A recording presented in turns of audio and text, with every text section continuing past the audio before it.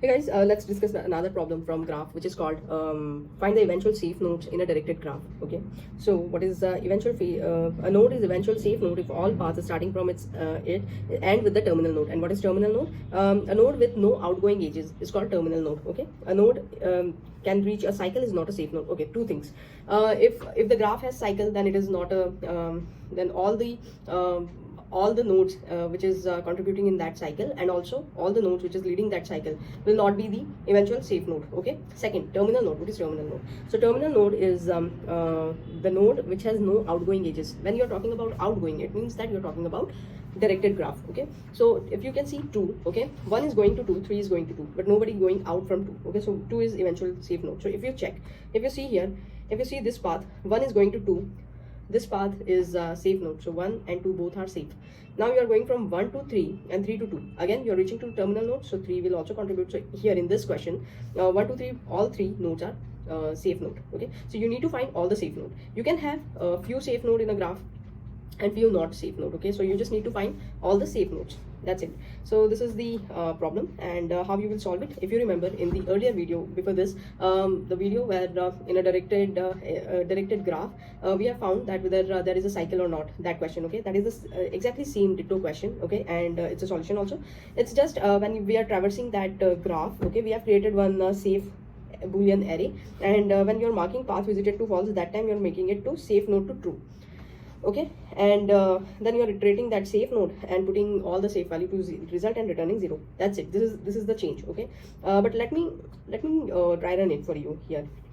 Let me take very simple graph like 1, 2, okay, 3, and let me make it directed. So here, if you see, this is not a cyclic graph. 1 is going to 3, 3 is going to 2, 2 is not going to 1, 1 is going to 2. Okay, so this is not cyclic graph. So okay, there would be a possibility that elements nodes are safe node, and here 2 is the terminal node. Okay, so if I wanted to solve it, I will create two variable,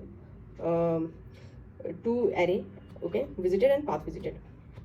So one will be visited, second will be path visited, and the size of these arrays will be number of nodes. Okay, in a graph. So 3, 3.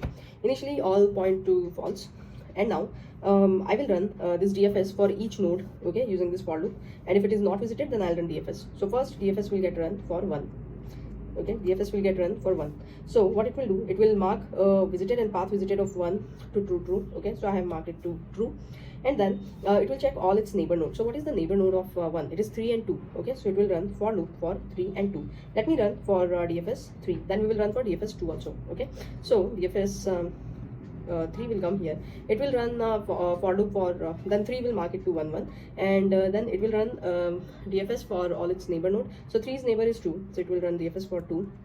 Okay, what will happen in DFS 2?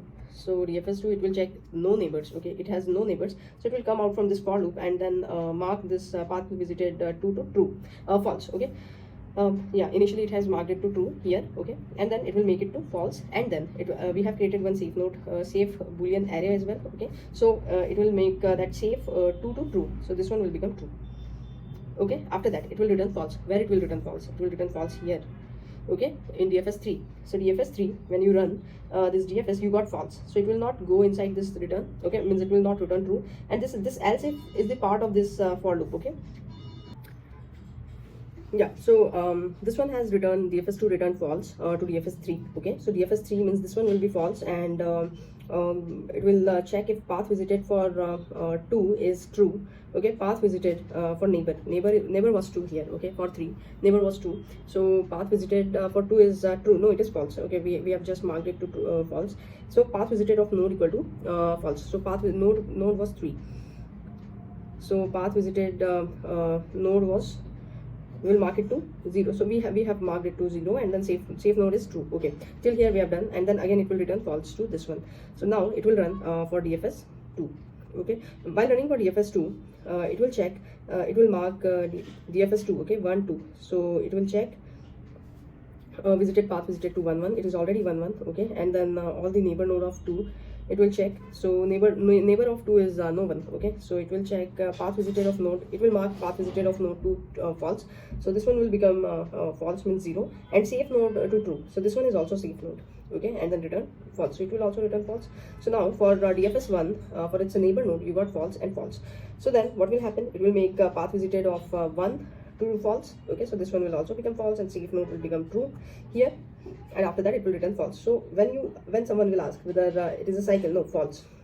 Okay, if it is false, then it will come out, and then it will create one result. Okay, one result it will create, and then it will iterate safe array. Whoever is true, it will add that indexes in a result, and then will return that result. So that's it. Thank you.